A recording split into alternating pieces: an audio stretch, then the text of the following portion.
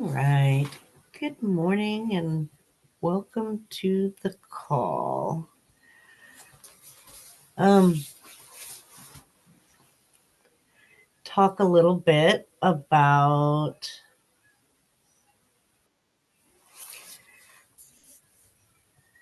well, I-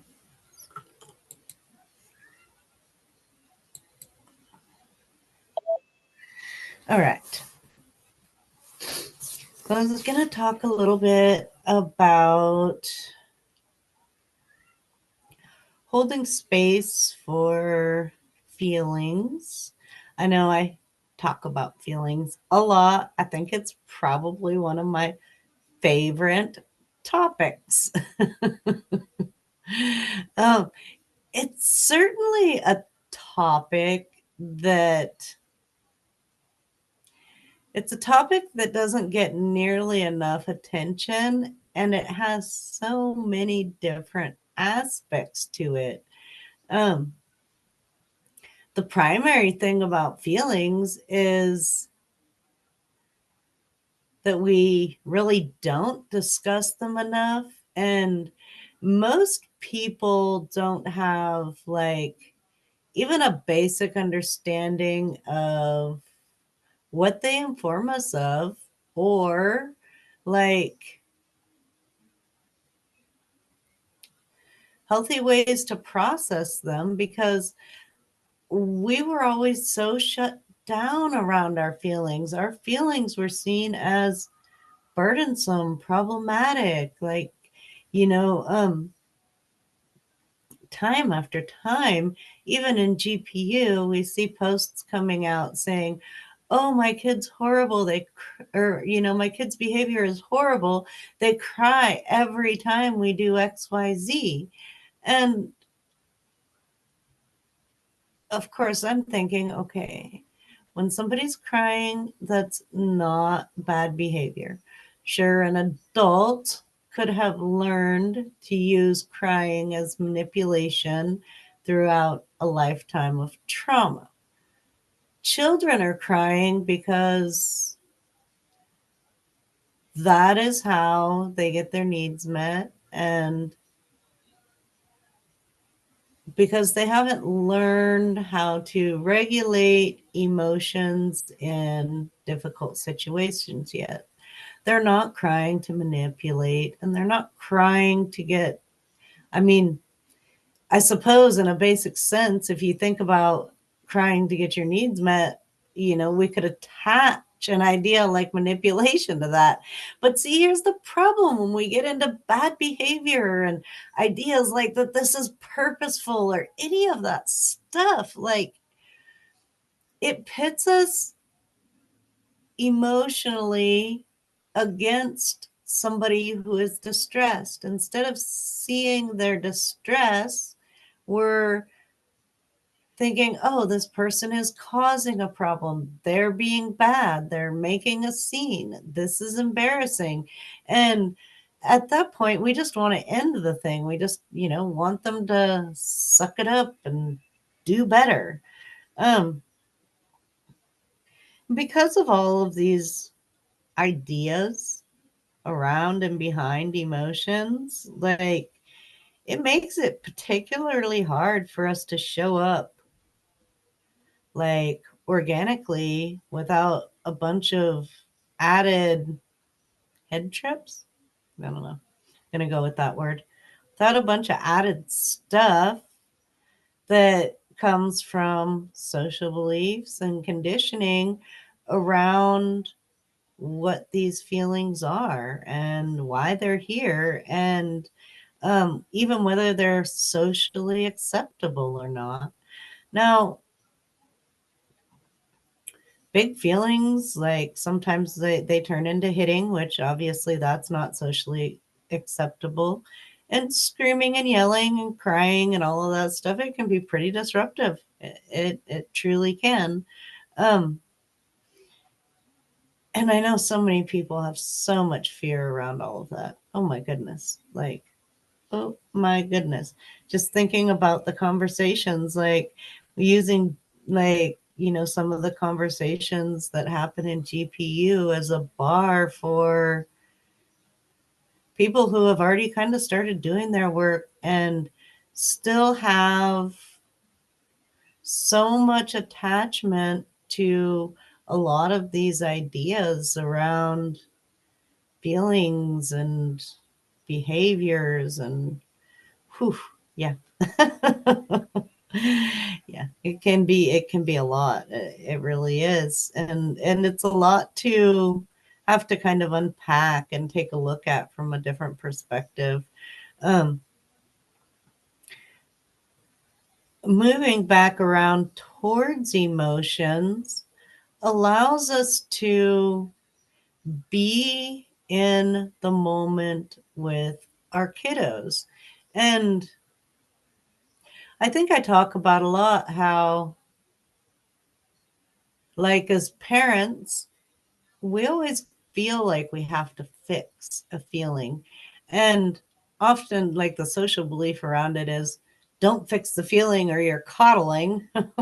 So we're already kind of torn when we're coming towards our upset kids between a natural instinct to be there for that kiddo and help them in any way possible, and a social belief that says if you're helping that kiddo, then you're teaching them how to be a spoiled brat. I'm just going to use the words that are coming to my mind this morning. Your kid's going to be completely dysregulated in public and, you know, completely out of control and all of these other things that we hear people say if we meet that emotion. And so yeah, like, as parents, when we're coming towards an emotional child, we're already torn. We're already having a bazillion and one of our own big emotions around our kid having a hard time, and just trying to sort out whether or not, like, people are judging us or where our values stand on this or any of that stuff. Like, it's really hard to sort. Um, when it comes to feelings, I think there's a huge nuance because we do want to be able to hold space for and sit with our children's big feelings. If it's a feeling that wasn't particularly designed to be fixed, um, like grief isn't really designed to be fixed. We can't fix grief. Um, Disappointment, rejection, certain pains like that. I mean, sometimes we can help navigate those situations. You know, if our kiddo is feeling disappointed, sometimes we can help them to meet the need that they're disappointed about. Sometimes things happen in life and people get disappointed, and there's not a lot we can do to fix it. So, if there are ways to help our child with a big emotion that they're having, like, for example, your kiddo is really emotionally compromised because they want the red cup and you gave them the blue cup. Well, we could probably help them with that. It seems very likely in most situations we could probably just get them the red cup and problem solved. And I think that that's important to lean into that nuance of, like, we don't have to hold space for all emotions. Some emotions are informing us of things that could be quickly and easily fixed. And, you know, life provides plenty of grief and, disappointment and all kinds of, like, painful feelings that, there's not much we can do about those painful feelings. Like, And those are the feelings that we hold space for. Those are the feelings that we sit with them in. And, again, it's like, I don't recommend that we be the one that's, like standing in their way and creating the thing that they're feeling this upset about. Um, but when these things do come that really, like, this thing genuinely just like, that's not going to happen today or right now, or, maybe we can collaborate around a future solution, or, whatever it is, they're navigating like a big disappointment or something like that. Um,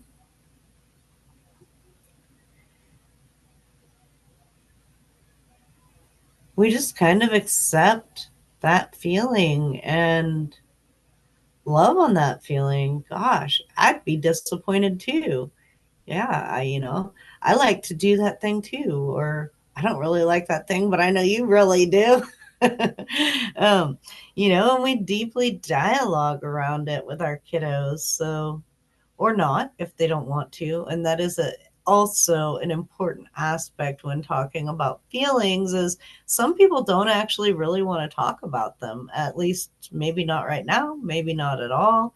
They don't want to, like, my little guy, when you point out some of his difficult feelings, you say something like, oh, I bet that kind of embarrassed you, or, that made you mad, or something like that.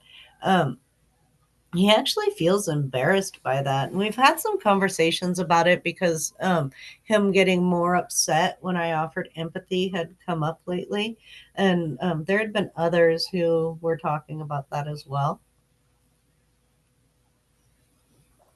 Um, so leading into our kiddo and, not pointing at the thing that might cause them, if it causes them embarrassment or shame or something like that around, pointing out that they got angry or disappointed or things like that.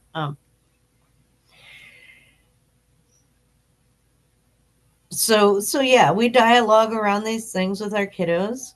Um, if they aren't open to dialoguing, we can still sit close to them, snuggle them, talk about other things that they are into talking about, find a connection with them in that moment.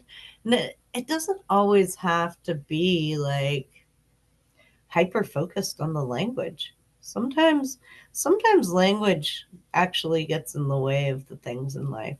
Sometimes we can just sit together in the knowing that we're here for each other. And one other thing that um, I think is important to mention is, like, we can't fix some feelings. Some feelings, yes, there's an action. A lot of times around feeling, there's an action because a feeling is simply a signal from your brain to your nervous system informing you of external stimuli. And oftentimes, external stimuli is actionable. Sometimes the feeling isn't actionable. So those nuances are super important.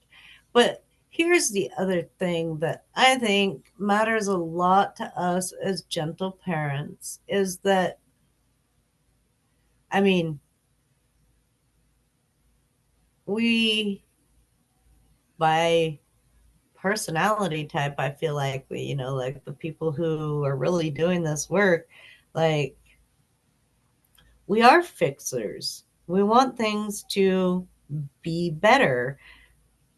And, um, we're going to often rush to fix things, which, as I said, I don't have any problem with that. I think that's great. That is awesome, wonderful, amazing. And as fixers who are going to often rush to fix things, sometimes it's a little bit hard for us when we can't fix them.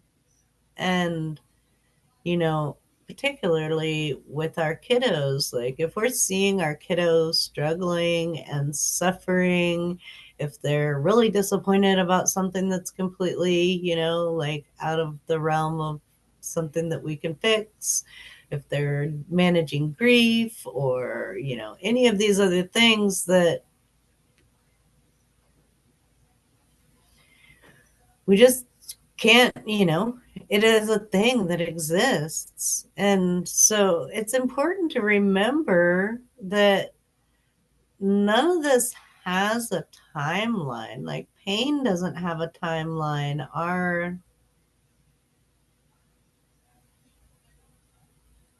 Our experiences and our feelings and the ways that we're internalizing them and processing them, they don't have a timeline. And so, like, it may be that you have 100% showed up for your child in the best ways possible, and that child is still struggling. And, I just want to remind you that sometimes life is that way, and that's okay. Just keep showing up and doing your best to meet that person's need, your child's need, not all of the